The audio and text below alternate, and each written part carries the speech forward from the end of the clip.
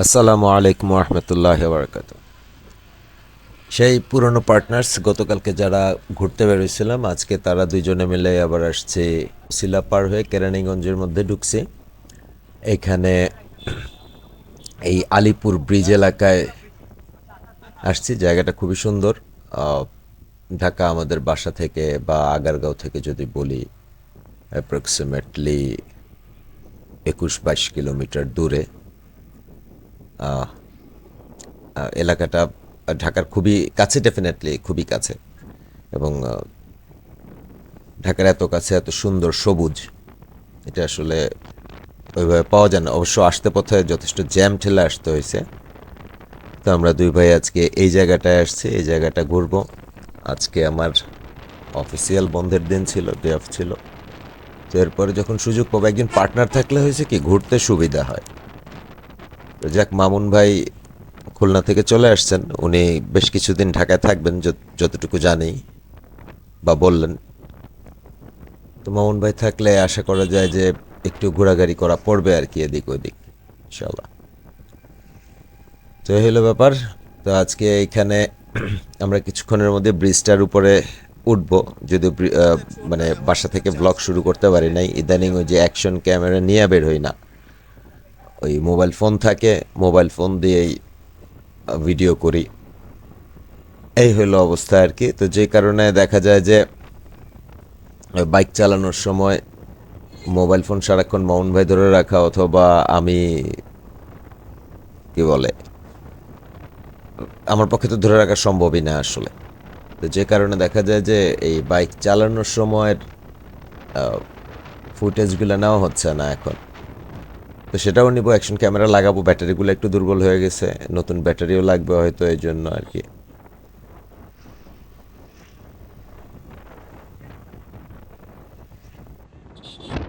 এই তো সামনে আলিপুর ব্রিজ, আমরা ব্রিজে উঠে গেছি।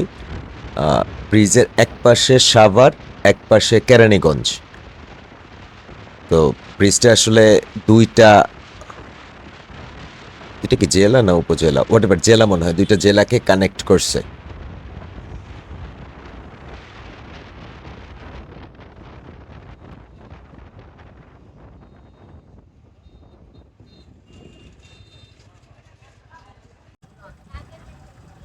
এটা হলো কেরানীগঞ্জের আলিপুর ব্রিজ বলে। আলিপুর ব্রিজের উপর থেকে সানসেট হবে আর একটু পরে। সানসেটের একটা দৃশ্য হতে যাচ্ছে এটা। আর এই হইলো ব্রিজটা। ব্রিজটা দেখতে আসলে সুন্দর, কিন্তু ব্রিজটা ইদানিং খুব বেশি ব্যস্ত। আমি একটু মাঝখানে দাঁড়াইছি। আর এই পাশ থেকে ব্রিজের এই একটা লুক। নদীটা খুব সম্ভবত কি নদী তাদের আশা করতেছি। আমি আর মামুন ভাই আগেও এরকম ট্রিপ পার্টনার ছিলাম, কিন্তু সে সময় ভিডিও করা হয় নাই। স্মার্টফোন ছিল না, right? কি জানি একটা। এই হইলো সাকাবার মামুন ভাই আর আমাদের ব্রিজ। আরো বাইরের দিকে ট্যুর প্ল্যান করবো ইনশাল্লাহ, এরকম প্ল্যান আছে, আল্লাহ ভরসা। এই হইলো দুই ভাই, প্রাচীন partners. Ancient partner, ancient, ancient, একেবারে এনশিয়েন্ট। প্রাগৈতিহাসিক। আমরা যে দুই ভাই ঢাকার আশেপাশে কত জায়গায় ঘুরছি, সে সময় মাথায় চোট ছিল দুইজনেরই। ও মন ভাই, এই পাশ থেকে তো ইয়া ভালো হয়েছে, ব্রিলিয়ান্ট। ও সাকাপ সাকাপ সাকাপ সাকাপ সাকাপ, এই যে গোল্ডেন লাইট দেখছেন? হ্যাঁ, এই আলোয় আপনি একটা ছবি তুলব। এই আলিপুর বাজার থেকে কিছু শাকসবজি কেনার পরিকল্পনা আছে আমার আর মামুন ভাই। তো আসলে পরিকল্পনাটা মামুন ভাই, I am just following.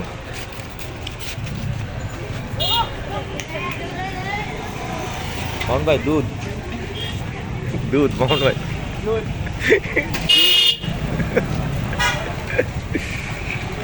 Ali বস্ত্রালয়। তো লাউ আছে, ঢেঁড়স আছে, ঢেঁড়স বাসা গেছে, পটল, বেগুন। এই তো করল্লা পাওয়া গেছে। প্রান্তিক টাইপের লোকের কাছ থেকে নেই ভাই। চাচা লাল শাক কত করে? জোড়া 25।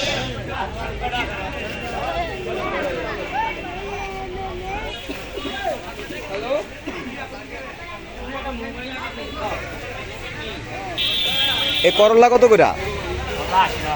হ্যাঁ, 80 টাকা কেজি?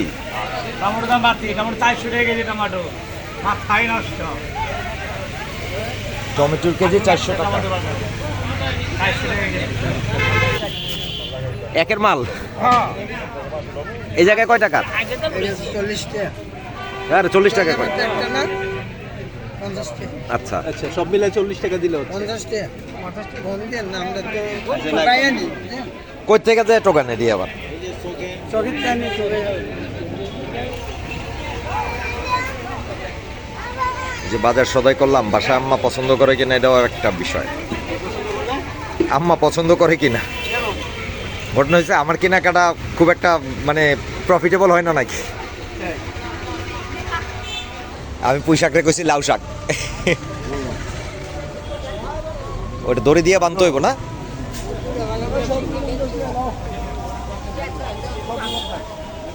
এই ব্লগ পুঁই শাক কেনা পর্যন্তই। আমরা এই যে, তাল আছে, আরে ভাই আসেন তালে। তাহলে আসতে দিকে তো তাল দেখা যাই হোক, এই পোশাক কেনার মধ্যে দিয়ে আমাদের ব্লগ এখানে শেষ। ইনশাল্লাহ নামাজ পড়ে রওনা হবো বাসার দিকে, আল্লাহ তাআলা যদি চান ইনশাআল্লাহ। আম্মা দিছে আমার ওষুধ কেনার জন্য টাকা, আর আমি এই যে এগুলা কিনছি, আল্লাহই জানে।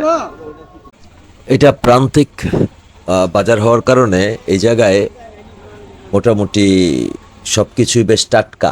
মাছগুলো এই মাত্র মনে হয় আশেপাশের নালা খাল থেকে ধরে নিয়ে আসা হয়েছে। যাই হোক, সবাই ভালো থাকবেন, আমাদের জন্য দোয়া করবেন। আসসালামু আলাইকুম রহমতুল্লাহ।